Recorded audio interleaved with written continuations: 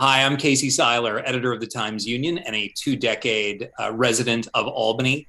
Welcome to Elevating Albany, a discussion on some of the proposed investments that could make New York's capital city a better place for all of its citizens. Before I introduce our panel, I'd like to very much thank Tom McFeeters of the South End Collaborative for helping to organize tonight's panel. A note to those listening live, if you have a question, please post it in the comments section and we'll try to get to it around the 45-minute mark. And to guarantee that I talk as little as possible, I will now introduce our panelists in what might be seen as a lightning round, answering the question, how did you come to this important work of helping your community? First up, Albany County legislator Carolyn McLaughlin, who represents District 1. Good evening, and thank you, Casey, for this forum. Thank you to the Times-Union for giving us an opportunity to share. I'm an Albany native, and I've been involved in community work for almost 30 years. Been in public office for about 24 years, but prior to that, did a lot of volunteer work, be it through the United Way, the NAACP, the Urban League, and through my church. And out of that grew my passion for getting into the political arena where I've been for, like I said, almost 25 years. And it's all I know to do. I mean, a South End girl who moved to Arbor Hill, but still had roots in the South End because my parents owned a grocery store for over 25 years in the South End. And that I almost grew up in that store. So this is a community that is very near and dear to my heart. It's part of who I am. And so it's just something that I don't know what else to do other than try to serve a community that has served me so well for the last, I hate to put it, this almost like a quarter of a century, and I really like the title of this forum, Elevating Albany, and what better place to start than in the historic South End of Albany to lift our community, to lift our city. And I'm looking forward to the discussion. Well, that's a perfect segue to our next panelist, JoAnn Morton of the South End Neighborhood Association. Good evening. I live in the South End. I'm not a native of Albany, but I raised my family here. I started to get involved with my children when they were young, starting out, it's like finding things for them to do. And we started out actually with Girl Scouts, school and Girl Scouts and other things, activities that, where they were involved and I was involved. And as, it started out, becoming a Girl Scout leader because, we'd gone to some community meetings. It's like, there's no Girl Scout troop in the South End. And that led to, me becoming a troop leader. And from there, between schools and kids sort of force you to become more involved. And, when we got into quality of life, through Capital South Plan, the South End Neighborhood Association was formed and became involved there more. I wanted to be part of it. I didn't want to lead it necessarily, but somehow that's where I landed. And just, some of the things that were going on, in regards to opportunity, as I said, my husband and I raised our kids here, and just, seeing the need, where to make sure that they had the exposure, but not only them, it's, there are other kids their ages. So I think as someone who didn't necessarily grow up in Albany, but I've grown up in Albany over the past 30 plus years, and my involvement with, the things that are happening, are sort of rooted, or with having kids and all the things that weren't necessarily happening in Albany. Thank you. And next up, we have Teresa Rodriguez of AVillage Incorporated.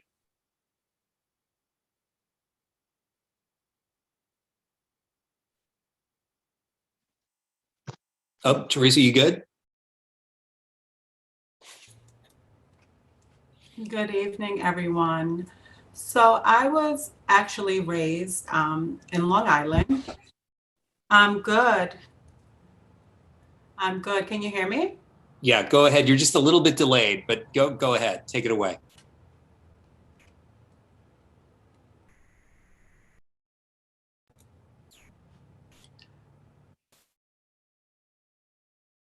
Okay. So I was actually raised in Long Island, and my family did a lot of volunteer work for some non-for-profits out in Brentwood. And in my younger years, I was voluntold that we were going to participate and be hands-on. So that was initially my first introduction to being involved with the non-for-profit. Later on in life, after Hurricane Sandy, I was hired as a disaster case manager and began working for United Way of Long Island when I realized how gratifying the work could be. I came to Albany on a business trip years later and learned about the real estate opportunity through the Albany County Land Bank, and realized this was a chance to begin building generational wealth for my family. I purchased and relocated and became a homeowner here in the South End, and immediately began participating in anything that pertained to the South End community. Ultimately, this is how I was introduced to AVillage, the organization that I now represent, which is grassroots. They're taking part in creating transformational change in Albany. And once I realized that, I was all in. Excited to be here. Now I believe I'm at about 4 years being in Albany, and I see nothing but opportunity. So I'm excited to be a part of this revitalization and anything that we can do to help rebuild this historic area. Thanks so much. And now Laura Travison of the South End Improvement Corporation. Hi, thank you, Casey, for having us and the Times Union. And thank you, Marsha, for your work on the City Divided series. It was an excellent read. I came to this work. I'm the executive director of the South End Improvement Corporation. I'm born and raised in Albany, New York, like many people on the panel. And I knew when I became an urban planner that I wanted to concentrate on housing, and I wanted to concentrate on housing because the city of Albany is actually my inspiration. The city struggles with housing and vacancy, and I just wanted to give back to the city that had formed me. Albany is, as Teresa said, full of opportunity, full of potential. The people in the city have everything they need to come up with the answers. It's just about enabling their agency. So I'm happy to be here, and that's how I came to the work. And next up, Arlene Way of the Arbor Hill Development Corporation.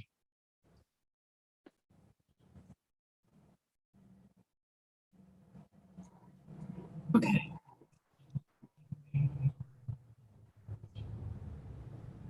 Good evening, everybody. Thank you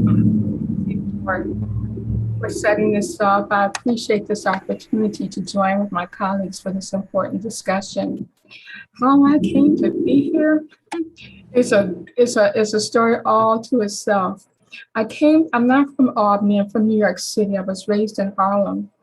And I came to Albany for work at the New York State Education Department. A group of us, when we first got here, a group of us joined about the same time.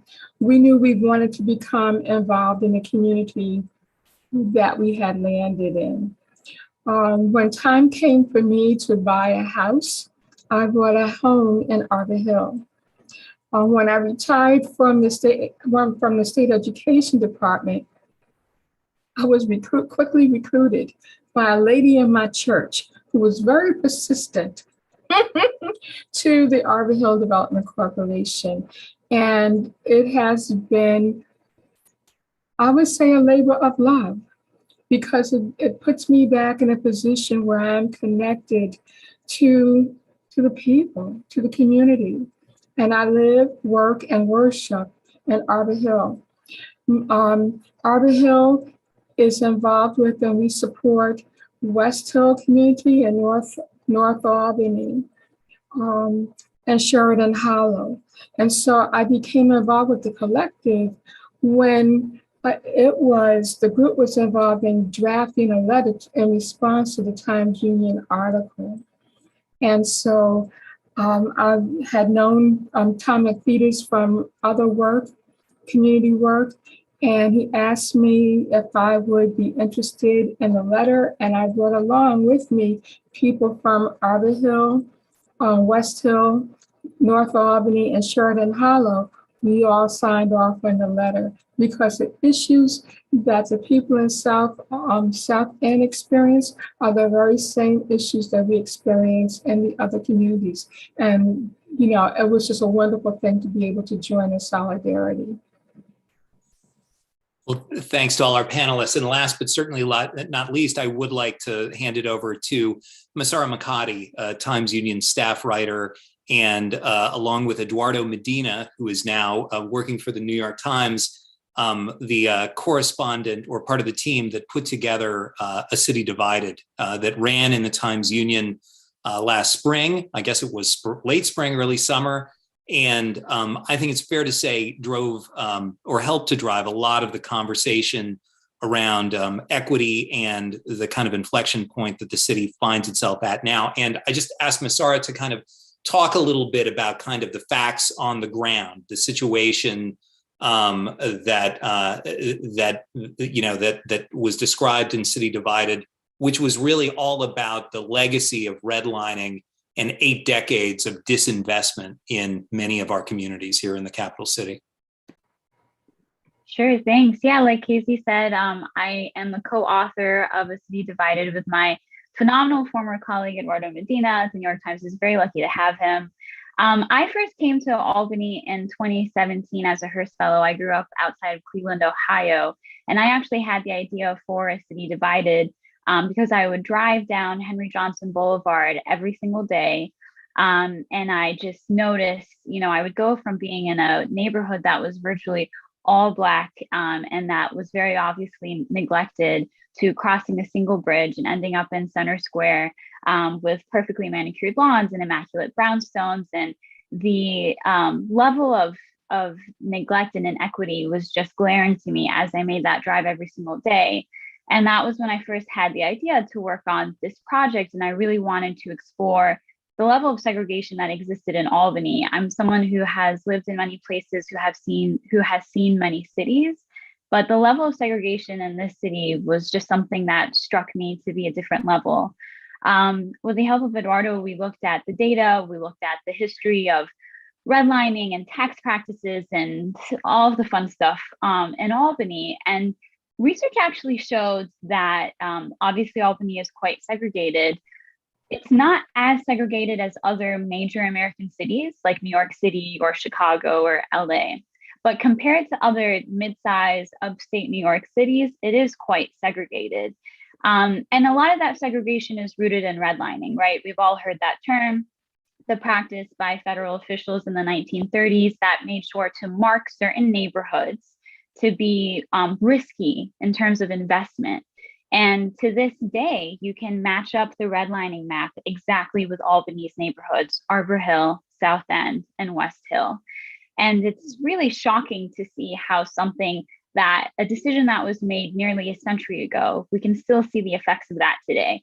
And the legacy of that decision happened over the decades. We saw a tax delinquency from Albany County that really supported the practices of some lords. We saw buildings that were becoming abandoned and progressively dilapidating over the decades.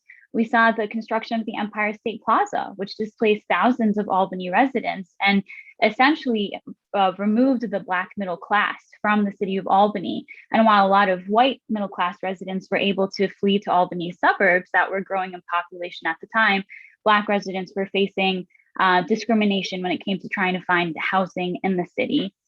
But for me, the guiding light throughout this whole project was exactly what some of our panelists alluded to earlier.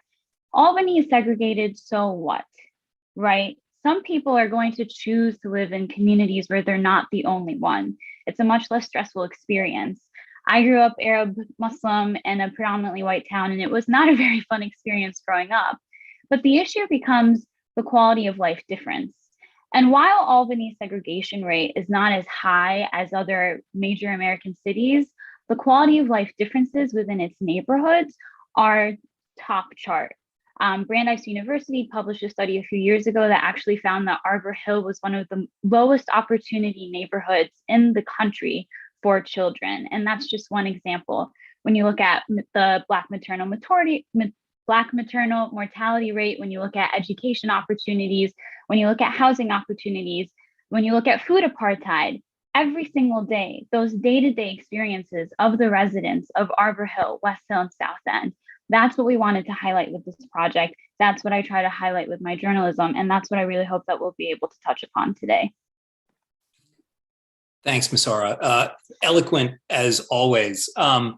Okay, so that's the situation on the ground. Those are the facts that obtain. So in the healing arts, there's a lot of talk about triage, the idea of what needs to be done now, the people who need to be helped now, and those who need to be treated in the long term. So if these challenged, if these somewhat ailing portions of our community are in need of triage, what is needed immediately and what is needed in the long term? And I'm going to do the most difficult thing, which is to just open that up to the panel, whoever would like to take that one first. I'll go first if no one else will. All right. Just piggybacking on the concept of redlining, and as Massarah was saying, you can so perfectly see how the red line maps overlapped very specifically with West Hill, Arbor Hill, and the South End. And that's because although redlining happened, almost a half a century ago plus, the practices that make redlining have not changed, which is that banks feel that it is risky to invest in certain neighborhoods. That's the definition of redlining, right? And so you can call it redlining, the new redlining by a different name, but because of the history in disinvestment, we have a vacancy problem. When buildings are vacant, when one building is vacant on one block, it can bring down the property value of all the other buildings on that block significantly. When a building stands empty, the cost of rehab, the dilapidation, increases exponentially. So when you give one building on one block that is sitting vacant, driving down the appraised values of every other building on the block. If there was one thing that the city could invest in with the stimulus money, if there was one thing that could help, in my opinion, change the trajectory of a myriad of things, it would be housing. Because housing is a social determinant for health, for life expectancy, for education.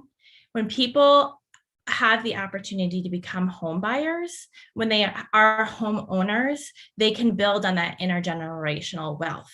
The problem is that the burden of vacancy, the burden of dilapidation from redlining only consists or mainly consists in these neighborhoods.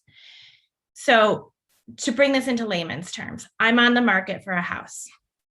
I am under contract for a house in the South End. Before that house, I went to the land bank and asked, can I have a house? And they said, sure, there's a house here, $5,000. Seems like a dream.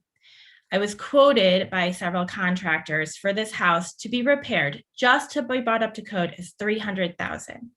Even if I could get a mortgage for $300,000, which I cannot, even if I could, no bank would loan me that money because the house does not appraise at that money.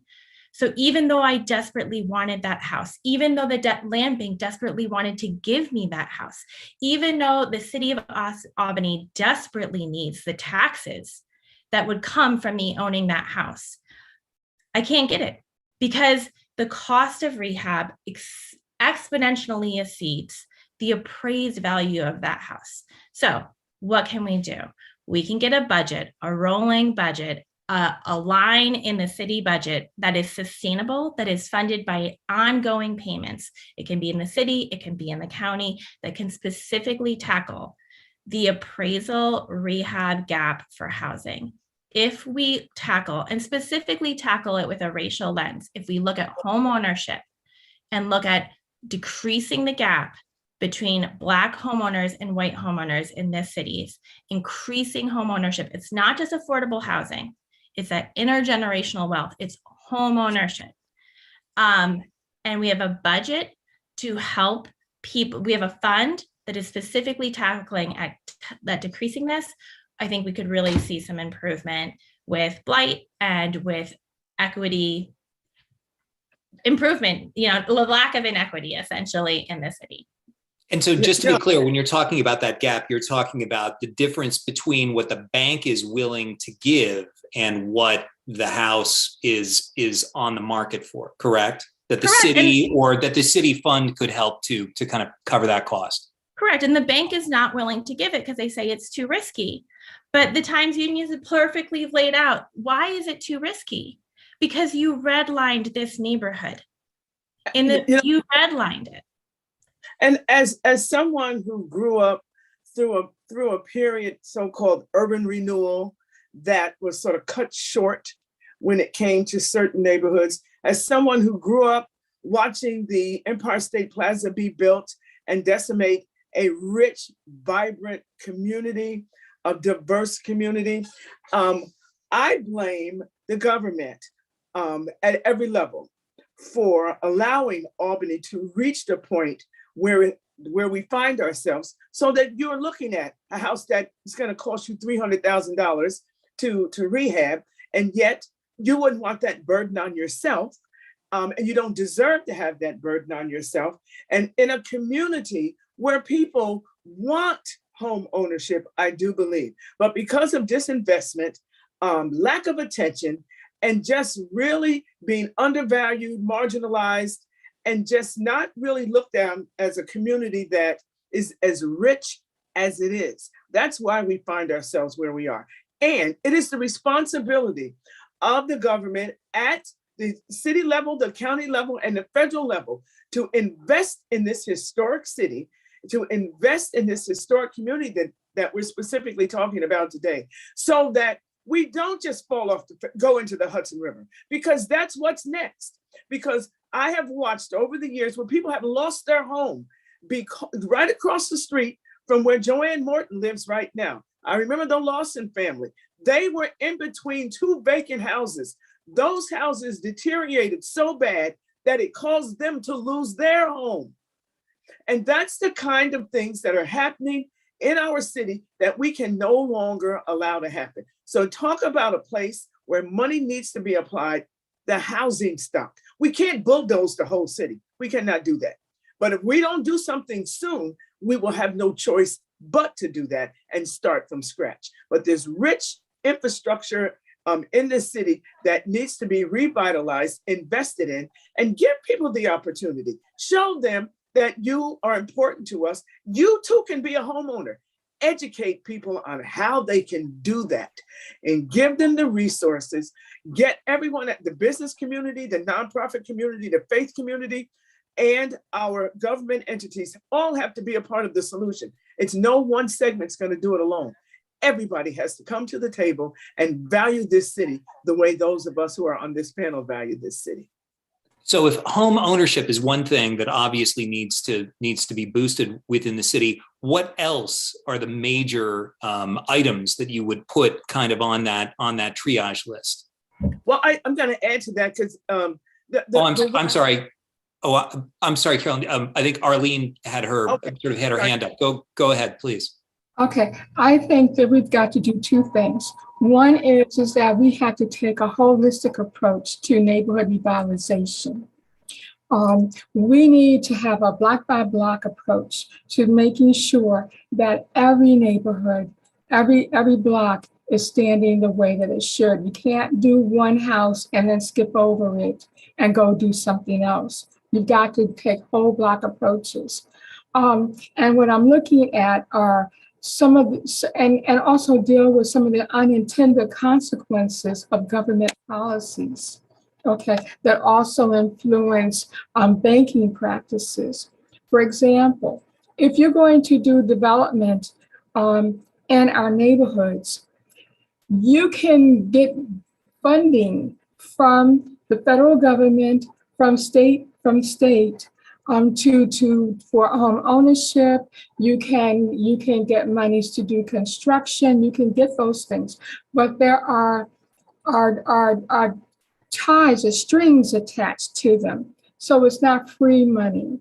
And the thing is that what the government is looking for is that you're going to be recruiting special populations for these opportunities, right? So you're not just looking at low and moderate income households. That's fine. Everybody needs a leg up, and I believe in quality housing for everyone. But they're looking for special high need populations, people who have impairments, mental impairments, okay, or something else that another neighborhood would have a heart attack if they were going to be bringing those folks into a block. And what you have is a situation where that is how you get the money. So you have developers coming into our neighborhood, building homes, building apartments that's targeting specifically special populations, okay? The other thing that is happening is that you have banks that are offering funding opportunities, but again, your chances, your likelihood of being able to access those dollars are if you can show that your project is going to be married to a special high need population. When you've got a situation like that, you're never, ever going to be able to raise the standards or do anything in terms of revitalizing the community, because we're always targeting the highest need, most high-risk individuals to come into a small community. That makes it very challenging.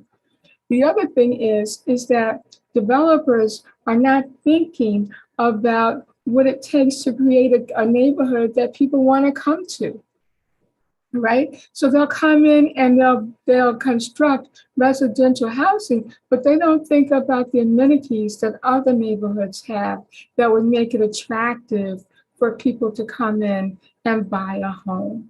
Okay, they don't think about having a grocery store, pharmacy, or even a dry cleaners or a cafe. They don't think about those things. They're just following the monies. So what I'm suggesting is that that developers adopt a holistic approach to community revitalization, and that the government, state, and the feds take a look at the unintended consequences of their funding and how they drive their programs, the impact that it's having on our neighborhoods to perpetuate communities that are high poverty, okay, and have challenges. Is because they're recruiting people, who have challenges and disproportionate volume and presence to our neighborhood. Thanks. What else would any of our panelists sort of add to the list?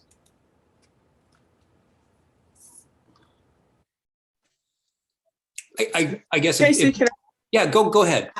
I would like to add something to the list on more of a grassroots level. I think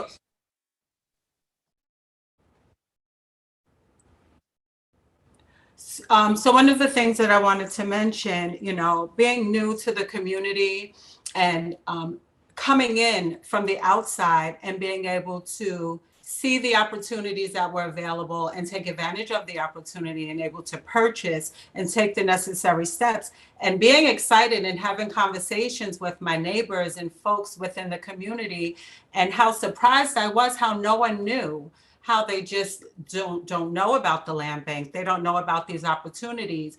So let's address the issues of the population that has been here, that has actually kept the communities alive, whether it was by choice and they chose to stay and embrace their roots and where their families were from, or because they were unable to leave because of lack of resources. But why don't they know about the opportunities? There's a huge lack of communication.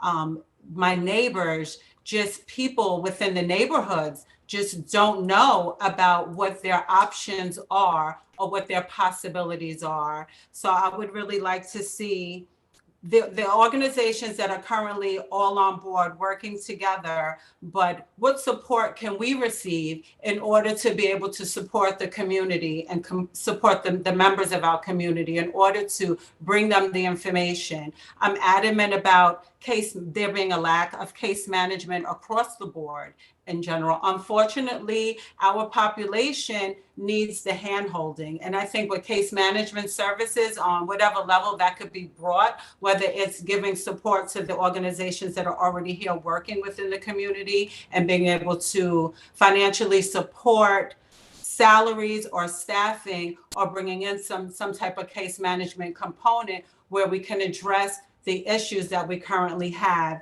and really have the ability to handhold, because not everybody can do what I did or can do what we're trying to do because they just don't understand how to take those steps. So I feel like an immediate need is a really, really huge amount of case management in order to address the community members that are here and that have been here, to not only figure out what it is that they want, but what is it that they want to do and what is it that they need as well.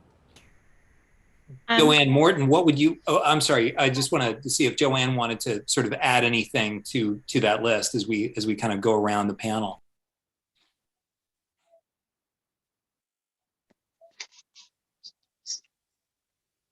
The things or one thing that I think that we need to address has to do with jobs and training opportunities, which, until we get jobs that bring people's income level up so that they can be in a position to even to buy, or even if it's a land bank property or whatever it is, I think that's where the focus is. I mean, we recently got the Albany MAP program, which is a great opportunity, but unfortunately, it needs capacity, right? Funding that's going to allow them to train more people because of the opportunities that are going to happen at the Port of Albany with the windmill and all the green jobs that might also become available. So to me, it's like an immediate need would be to increase the opportunity for training in the South End. We can't wait. I mean, we missed opportunities when the convention center was built years ago. We tried to get a community benefits agreement, through another group that some of us participated in. Siege, I think is what it was called, and we never got there. And now it's 20 years later, not really 20, but whatever the time frame is, and there's another opportunity, but we still don't have any type of community benefit agreement for these jobs that are coming. And the benefit would be not just for South End, but for folks that are in South End, Arbor Hill, West Hill communities, but the city of Albany in general. And not only do we train people, but at the end of the training, for them to get a job, especially those that are right in our backyard, oftentimes, it's like those jobs people miss out on. You know, you hear employers say, oh, no one's trained, but then there are people who are trained, but then those people don't necessarily get the jobs that are right here at home. You know, they end up traveling, you know, hours away for a job when the opportunity for jobs are right here. I mean, we have lots of projects that are happening right now. You know, the Beaver Creek project, you know. So my thing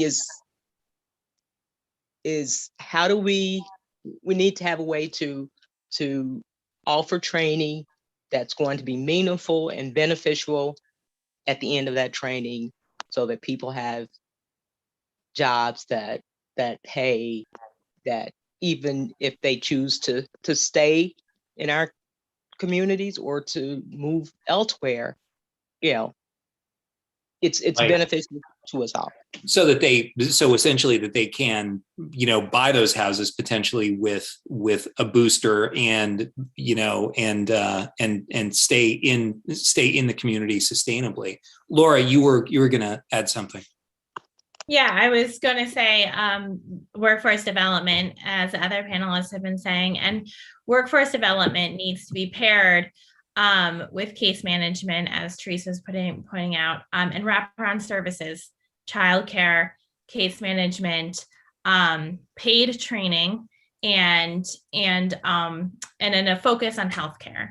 And so with our conversations with the Port, I'm happy to report that the Port is in conversation with South End Community Collaborative and the company Marmon, who are going to be building the parts of the wind turbines in the Port that could be bringing something like 300 to 500 jobs, knows that we are interested in collaborating. And we're a package deal. We're here, we're ready. The organization represents dozens of community organizations. And what we bring is that sort of boots on the ground strategy. We have the applicants, we can bring the people to the jobs.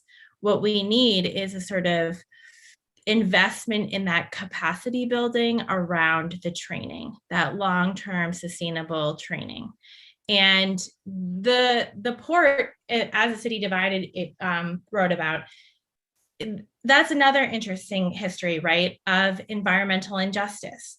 There is public housing that was built right next to an extremely industrial use. With the federal infrastructure bill, we had this second chance, right? When the first mid-century massive infrastructure bill happened, highways and industrial uses were built all over this country in marginalized communities, cutting communities off. This is another time where there is federal money, you know, coming down the pike. And this time around, it can be for green economy and in green investment. And the Port of Albany just so happens to be having wind turbines that are going to be built right here. That's jobs, right? And that we can get money for the houses, but if people don't have income, then that's not going to work. So right now there's an opportunity for the Port to work with the city. And for the first time, I think, and for all of us, really sort of change this very sort of tense relationship that has been going on for decades, where it's like, well, we can't move the Port, right? And are we going to move the public housing? The Port's got to be there. It's got to be on the river. So now we have a chance in a sort of economic mitigation to an environmental injustice, right? And so it's important that the city and the county and the Port and this work with us in tandem to really partner with this and make sure that we have the information that we need to train people for the jobs, and that our local sort of organizations that work in workforce development like MAP have the sort of injection in cash that they need. There's this tension where no one wants to see the same old. You know, when the ARPA money funding comes out, what people say is they want transformational change. And I completely agree. No, we don't want to see more of the same. But I want to be clear. It has never been the case that the people on the ground doing the work, the people doing case management, have been able to just rely on funding. There is nothing same or standard about organizations that work on workforce development, organizations that work in housing, not having to, cut off arms to get money, right? It would be extremely transformational. And so when somebody says, oh, case management, and that doesn't sound like this big transformational idea. No, it would be extremely transformational for the residents of the South End and Arbor Hill and West Hill, for these organizations to get the funding that is required to turn this ship around. That would be just simply addressing the capacity issue of these grassroots organizations.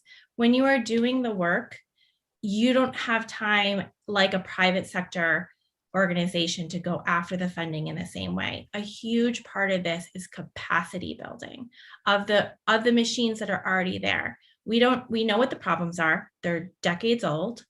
We know what the solutions are. It's really a capacity issue and a partnership issue.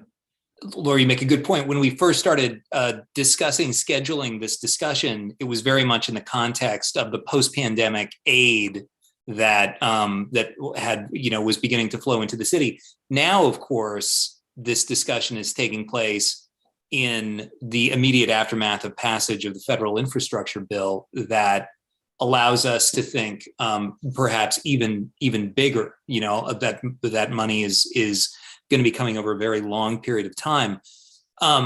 I guess with that, I was going to turn to questions, but I am informed by Just Marshall, our outstanding multimedia producer, that, and I quote, so far the only comments are people arguing with each other, which is about appropriate both for social media and for one of these discussions. So with that, I guess, and Laura, you kind of put the ball on the tee perfectly to kind of talk about sort of the funding that is needed by organizations that many of you represent, and those that through groups like the South End Collaborative. And so far, what could be the most useful process by which public officials can, vet applications, allocate the resources that are necessary in a way that is equitable? And when I say equitable, I mean also addressing, the historic disinvestments that several folks have alluded to on this panel so far. I mean, in other words, if you could help public officials devise a system for the proper allocation of a lot of these funding streams, what would it look like?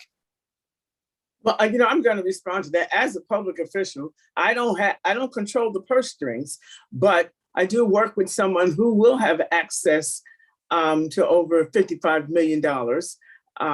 I would suggest and have suggested to our county executive that here provides an opportunity for us to help you.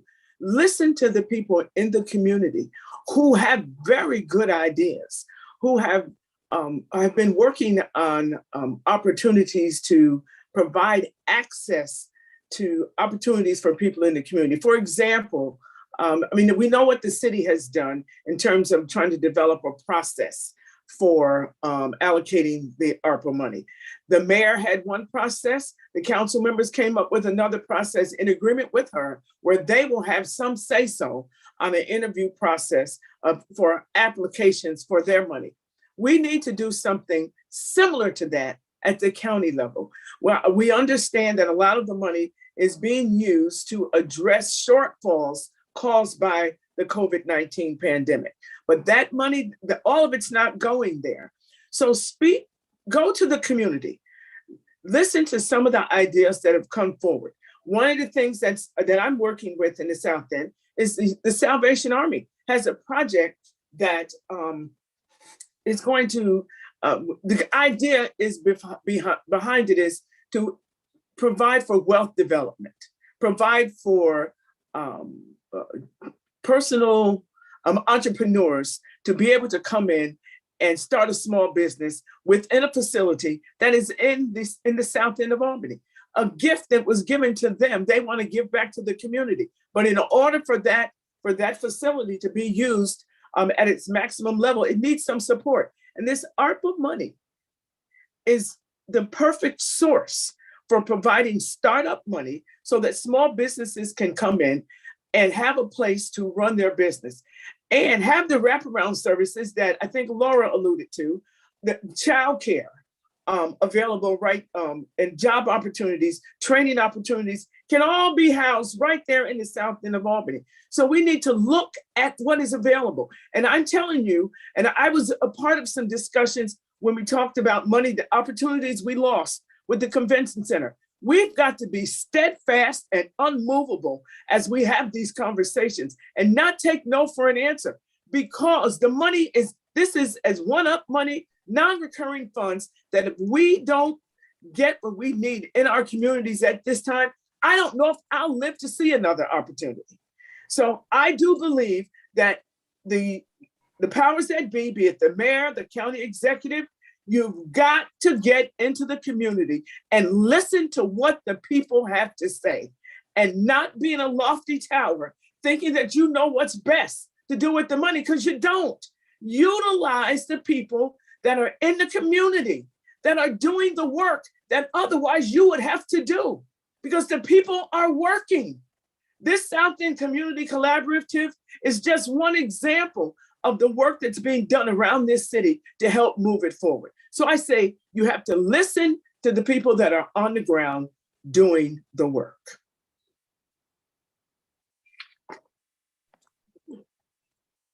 I don't know who wants to follow up that very passionate declaration, but I'd like to come back around to something that Arlene was talking about, which was sort of the impact of development, specifically the kind of question of what the development that we're seeing in a lot of the urban cores in the capital region, in Troy, in Albany, and in Schenectady, means for a lot of the neighborhoods that we might think of as the red line neighborhoods. In other words, does an infusion of young people coming into downtown Albany, sort of raise the boats, as it were, in the South End, West Hill and Arbor Hill?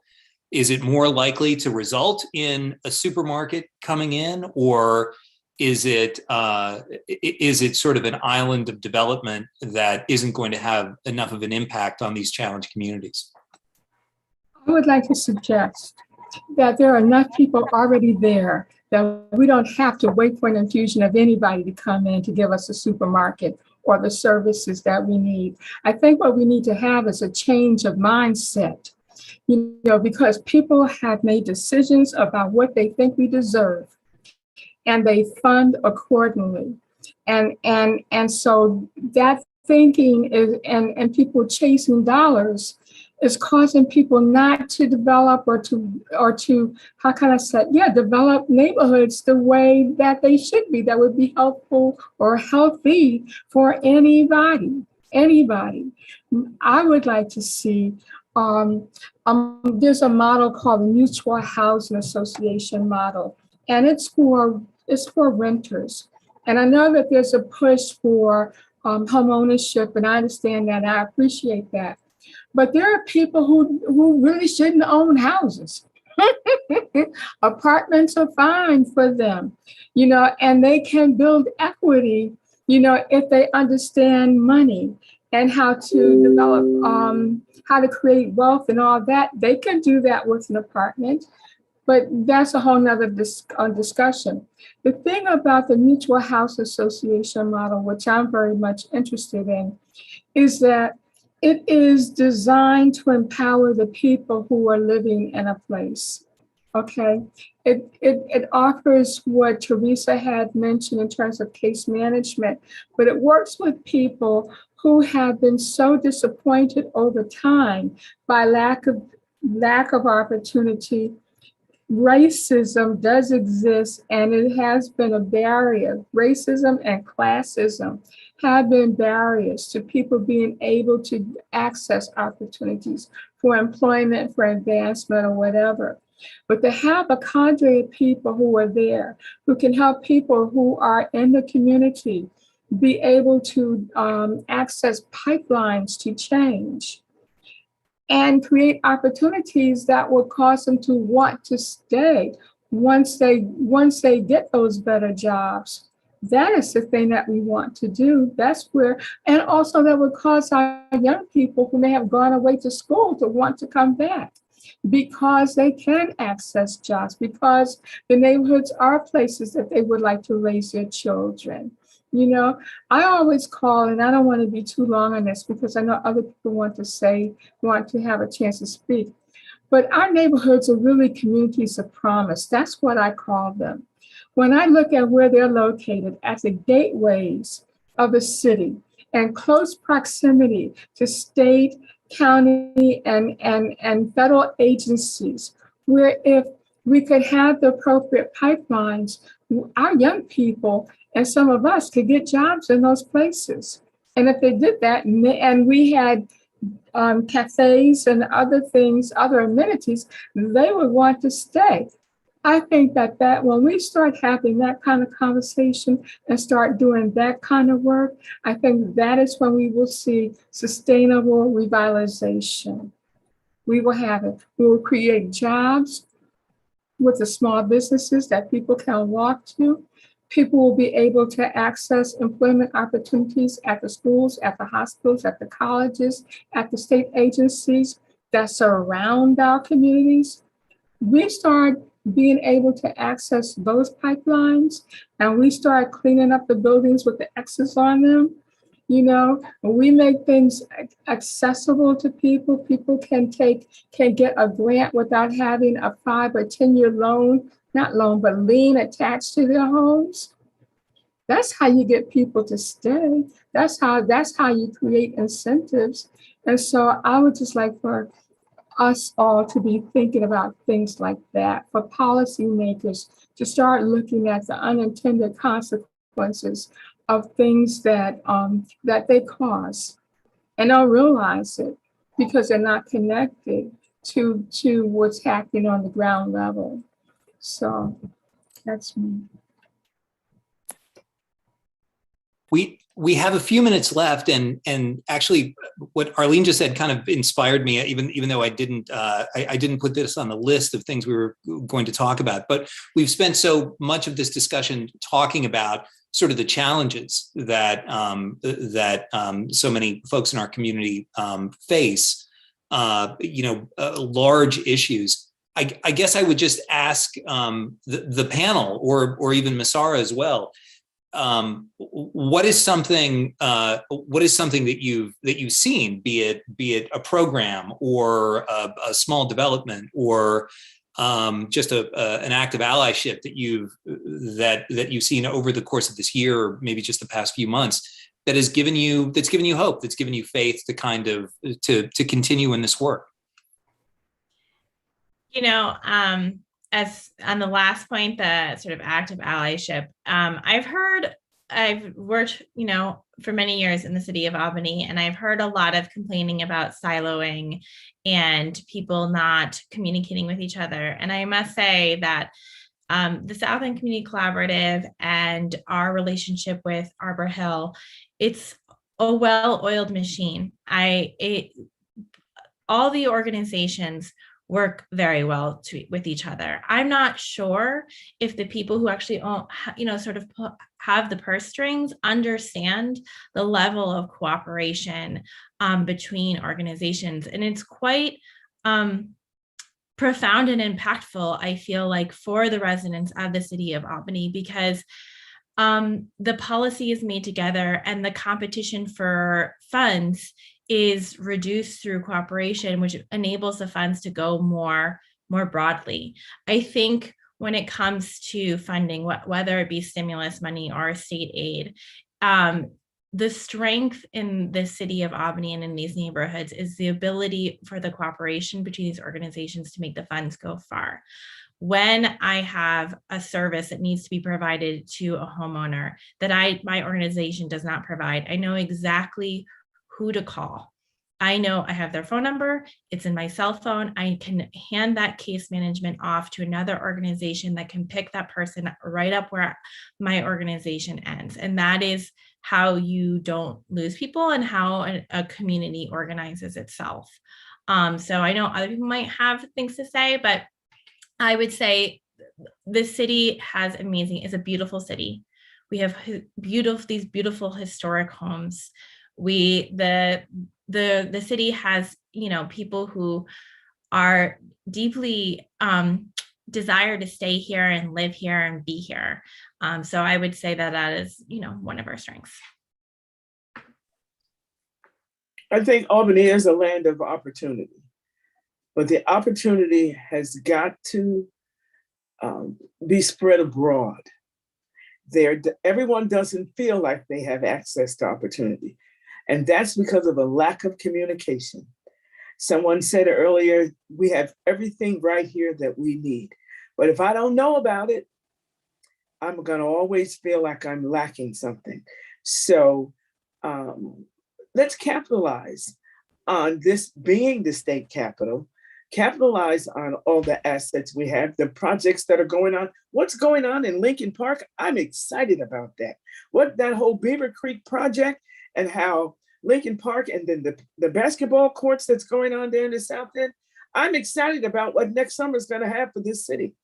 And it'll become, the people who live in the city will again take ownership of Lincoln Park, because for so long it's been a suburban park, believe it or not. So I'm excited to see what it's going to look like next summer. I grew up going to Lincoln Park, so I'm excited to see it come back. But I think the collaboration that Laura just talked about is a real asset that we have.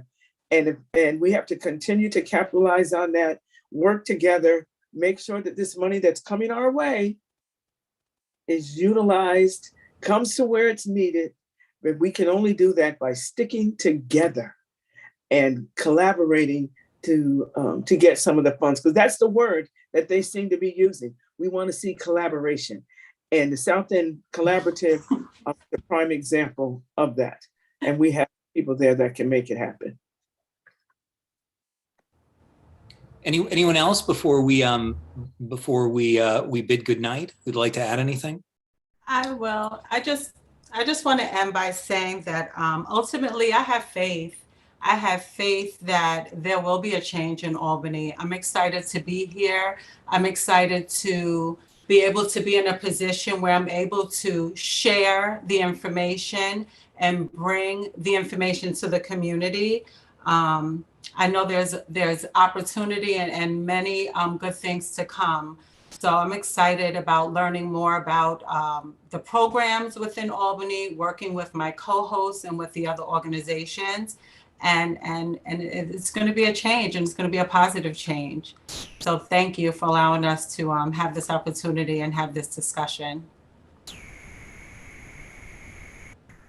Well, thank you very much to all of our panelists. It's been a terrific discussion, and it's whoops, there we go, and made me glad once again to be an Albany resident. I'd like to thank Carolyn, McLaughlin, JoAnn, Morton, Theresa Rodriguez, Laura Travison, and Arlene Way, as well as Massarah Mikati. I'd also very much like to thank our multimedia producer, Jess Marshall, and Erica Smith, our managing editor for digital, who once again helped us pull off this presentation. Thanks to all who listened in, whether live or watching the recording, for what will be a part of a continuing series of discussions about things that matter in the communities of the Capital Region and beyond. So